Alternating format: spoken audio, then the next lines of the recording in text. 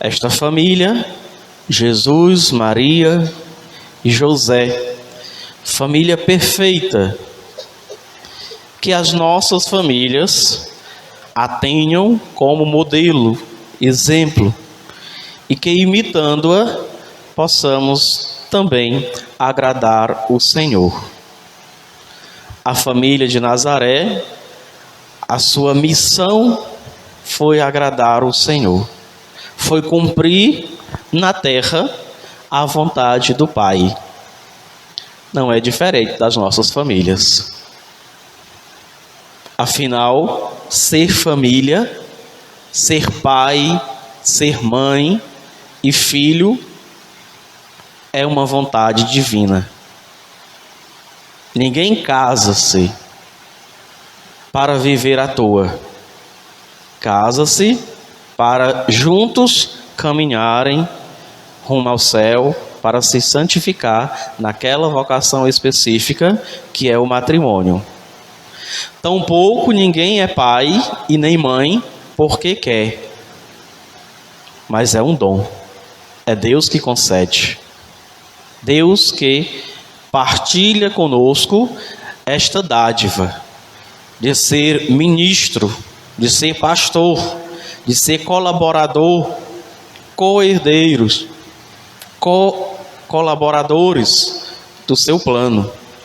Então dá o dom da maternidade e da paternidade. A liturgia de hoje, como vocês puderam ver, como nós podemos ver, ela é belíssima, cheia de ensinamentos. O livro do Eclesiástico, um manual de receitas para se viver bem. Deus honra o pai nos filhos e confirma sobre eles a autoridade da mãe. Quem honra o seu pai alcança o perdão dos pecados, evita cometê-los e será ouvido na oração cotidiana. O que nós mais queremos, desejo de todo mundo, que Deus escuta as nossas orações. Mas às vezes nós não temos esta relação, que não é uma relação de troca, mas é uma relação de compromisso. O que eu faço para que as minhas orações sejam ouvidas, sejam atendidas por Deus? Passa pelo nosso cotidiano, passa pelas nossas relações. Sobretudo, relações familiares, que são as mais desafiadoras. De fato, não existe família perfeita. Toda família tem os seus problemas. Todas. Não nos enganemos. Não olhemos para uma família, seja ali em algum momento da vida, seja por uma foto, uma imagem, e pensar, esta família é perfeita, como eu gostaria que a minha família fosse como aquela. Não existe. Eles também passam os perrengues que nós não conhecemos. Eles também têm os seus altos e baixos. Mas o belo de ser família exatamente é isto. É ali naquele seio familiar onde Deus nos coloca para que nós possamos dar testemunhos da vivência, da fraternidade, do amor. Se fosse tudo perfeito, nada disso seria exigido. Então, a própria família de Nazaré, que é uma família santa, vamos olhar uma mãe virgem, um pai adotivo, tiveram toda essa trajetória turbulenta de um rei que queria matar o menino, que precisaram fugir, fazer-se refugiados e assim por diante. Depois entrarei na questão do evangelho, o menino já com 12 anos se perdendo, né? Quem honra o seu pai terá alegria com seus próprios filhos, e no dia em que orar será atendido. Quem respeita o seu pai terá vida longa, e quem obedece ao pai é o consolo de sua mãe. Meu filho, ampara o teu pai na velhice, e não lhe cause desgosto enquanto ele vive. Veja que importante isso. Como a nossa sociedade esqueceu. Porque hoje o que é que nós encontramos? Muitas vezes os pais abandonados, esquecidos. Às vezes num quartinho lá atrás. E também, por vezes, quando temos ali os pais perto, os idosos, achamos que estamos fazendo muito. De dar um teto, de dar comida, já é o tudo. E não é. Nem sempre isso é o tudo. Falta às vezes a atenção, o carinho, o cuidado, o zelo. E nós temos muitos idosos hoje abandonados.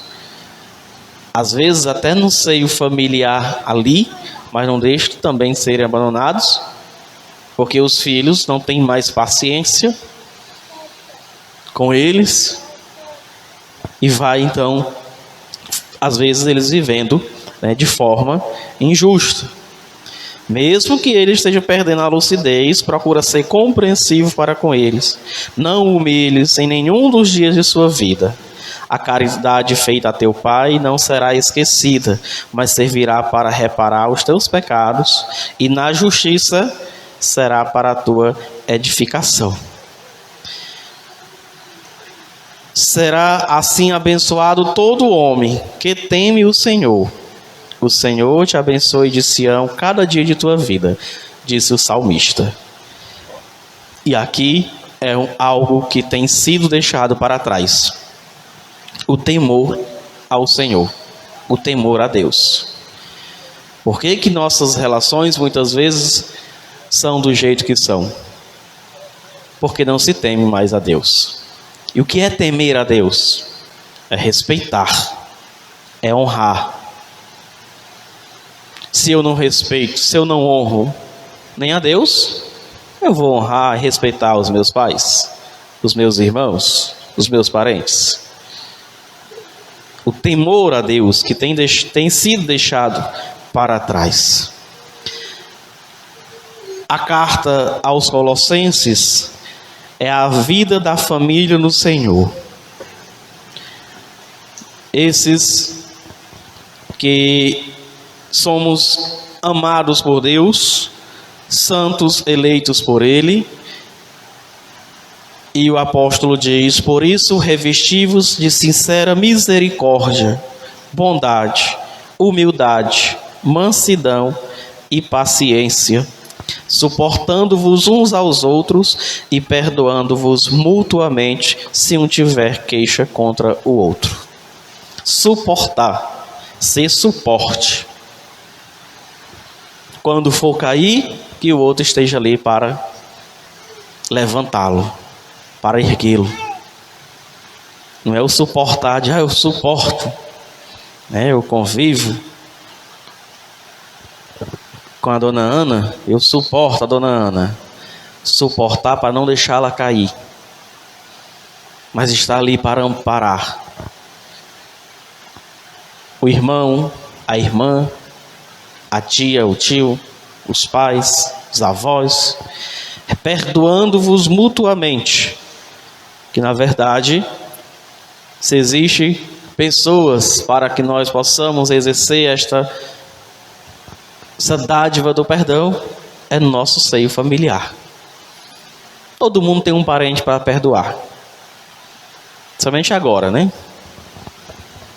Esses dias. Sempre tem alguém que precisa do nosso perdão. E que precisamos também reconhecer as nossas atitudes e pedir perdão a eles. E nesta belíssima leitura, carta de Paulo, quando fala desse modo de viver bem, para que tudo que fizeres em palavra ou obra seja feito em nome do Senhor Jesus Cristo, ele conclui dando este exemplo de amor verdadeiro e dando esta orientação para pais, mães, esposa e filhos. Esposas, sede solícitas para com vossos maridos, como convém no Senhor. Aqui muitas vezes há vários tipos de interpretação, e principalmente hoje que a mulher tem cada vez mais alcançado espaço na sociedade. Não tem nada de errado nisto, deve ser assim, mas às vezes a mulher toma tanto esse espaço na sociedade que esquece ali de cuidar do marido, de cuidar dos filhos. E aí devemos ter cuidado. Ela deve assumir o seu protagonismo, ela deve ter essa independência, mas sem esquecer a função primeira, a vocação primeira, de tendo casado-se, também cuidar da sua família, do seu esposo, dos seus filhos. Marido, amai vossas esposas e não sejais grosseiros com ela. E aqui um complementa-se o outro, porque por vezes se a esposa fica ali, quando nós dizemos que serem solícitos para com vossos maridos, não quer dizer que ela tenha que ser submissa. E também o marido não pode encontrar nesta palavra a fortaleza para se assegurar, então você tem que ser de fato solícita para mim. Porque o apóstolo diz que maridos, amai-vos as suas esposas. E quando a esposa é amada, claro que ela vai fazer tudo para ele. Isso eu tenho aprendido com o padre Wilson. É uma reflexão dele, ele tem dito isso muito nos casamentos. Como a esposa não vai ser solícita para com seu esposo se ele o ama, se ele a ama, se ele não é grosseiro com ela, né? Então, um complementa o outro. Filhos, obedecei em tudo aos vossos pais, pois isso é bom e correto no Senhor. Pais, não intimeis os vossos filhos, para que eles não desanimem.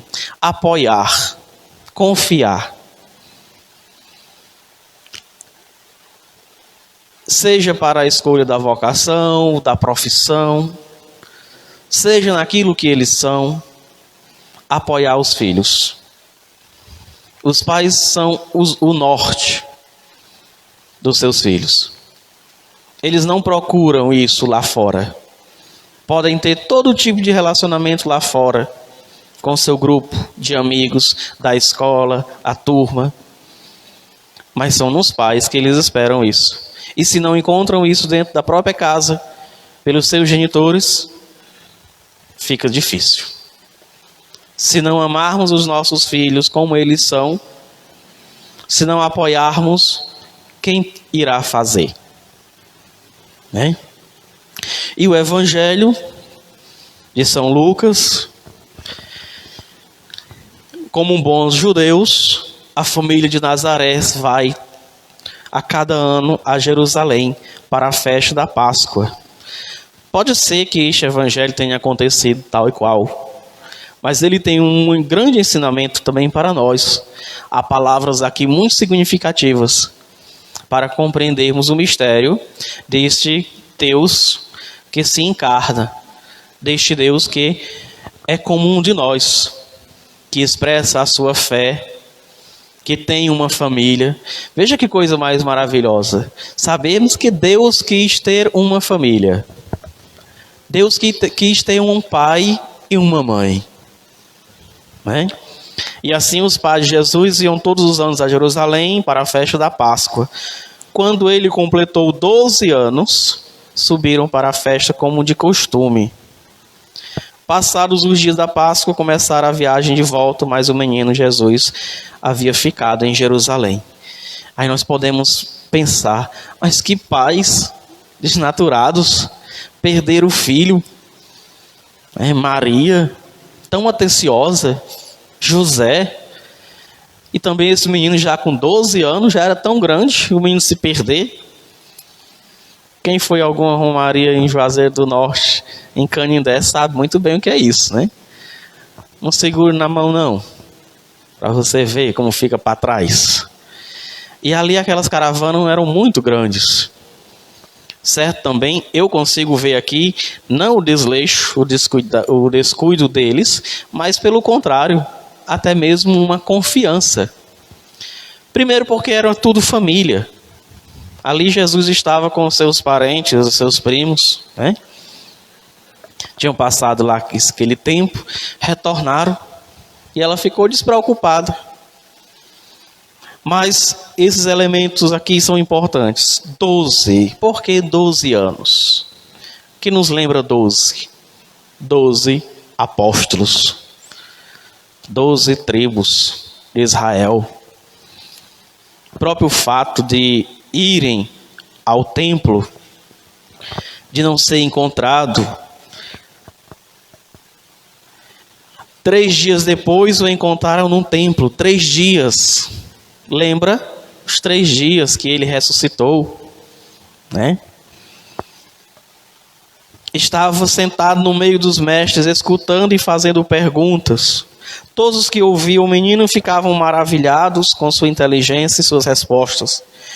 Ao vê-lo, seus pais ficaram muito admirados e sua mãe lhe disse: meu filho, por que agistes assim conosco? Olha que teu pai e eu estávamos angustiados à tua procura. Uma forma bem singela, bem educada. Se fosse um de nós, tinha pegado pelo braço, já tinha dado até uma surra na frente de todo mundo, né? Para ele nunca mais fazer aquilo. E Jesus questiona: por que me procuráveis? Não sabeis que devo estar na casa de meu pai? Aquele que veio fazer a vontade do Pai. José e Maria foram colocando-se a caminho também do discipulado. Não é porque eles eram os pais de Jesus, Maria, a mãe de Deus, que já sabia quem era o seu filho. Ela foi compreendendo aos poucos. Ela foi entendendo no seu coração que de fato aquela criança, aquele menino, era diferente de todos os outros. O que é que vem a ser este menino? E aqui representa exatamente aquela religião antiga que não causava mais efeito. Foram cumprindo um preceito. Foram como judeus. Era costume, era uma prática religiosa. E isso ficou para trás. Jesus inaugura um novo tempo, uma nova era. Uma época de mudança. E não uma mudança de época. Então, eles, como judeus, faziam aquilo como de costume. Era prática. E isso já não causava efeito na vida das pessoas. Por isso que eles não compreendem. É uma nova linguagem. 12 anos, 12 apóstolos, falando, ensinando. É uma nova missão na igreja. É um novo jeito de ser igreja, de ser comunidade cristã, de estar ligado a Deus. Não mais pela prática religiosa tal, pela lei, pelo rigorismo da religião, mas agora um novo ensinamento. E por isso que Israel, o povo antigo, não compreenderam Jesus. Mesmo ouvindo seus ensinamentos, suas pregações, não compreenderam. Então diz isso também para nós.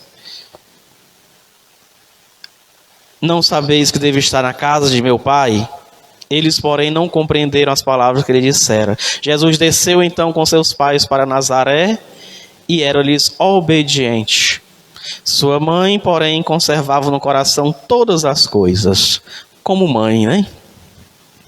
As mães têm essa sensibilidade. Vai guardando no coração. Cuidado, também tem coisa que não precisa guardar não, que um dia papoca. Mas é uma questão mesmo de ser mãe, da mulher, da esposa, de guardar no coração, de ser mais silenciosa, mais sensível à realidade, conservar as coisas no coração. Jesus crescia em sabedoria, estatura e graça diante de Deus e diante dos homens. Eu acho essa passagem muito linda. Sempre quando tem uma pessoa, uma mulher que me dá a notícia que está grávida, é o que eu desejo. Que nasça com saúde, cresça em sabedoria, estatura e graça diante de Deus e diante dos homens. Porque assim devemos ser cada um de nós. Cada um procurar o crescimento espiritual, crescer em graça diante de Deus, que é o nosso lugar, e dos homens, para testemunhar aquilo que fazemos diante de Deus. Algo também importante nesta leitura que eu gosto de destacar: Jesus, quando se perde, ele está num templo. É o único relato de que, fugindo aos olhos de Maria e de José, onde ele estava, no templo. E aí lançarei um questionamento para vocês, e vocês respondem e fiquem refletindo. Quando os filhos de vocês, que às vezes nem têm ainda 12 anos, às vezes é de 7, de 8, de 9, 10, quando não está em casa, onde eles estão? E fazendo o quê? Né? Onde estão os nossos filhos quando não está conosco? Sabem com quem está? Aonde está? Fazendo o quê? Família de Nazaré, embora Maria e José, pensando que ele estivesse ali com seus parentes, mas com certeza sabiam que não estavam fazendo coisa errada. Então, cuidemos também dos nossos filhos, da nossa juventude, nossos adolescentes, olhando sempre o modelo da família perfeita: Jesus, Maria e José. Louvado seja o nosso Senhor Jesus Cristo. Para sempre seja louvado. Jesus, Maria e José, nossa família vossa é. Jesus, Maria e José, nossa família vossa é. Jesus, Maria e José, nossa família vossa é.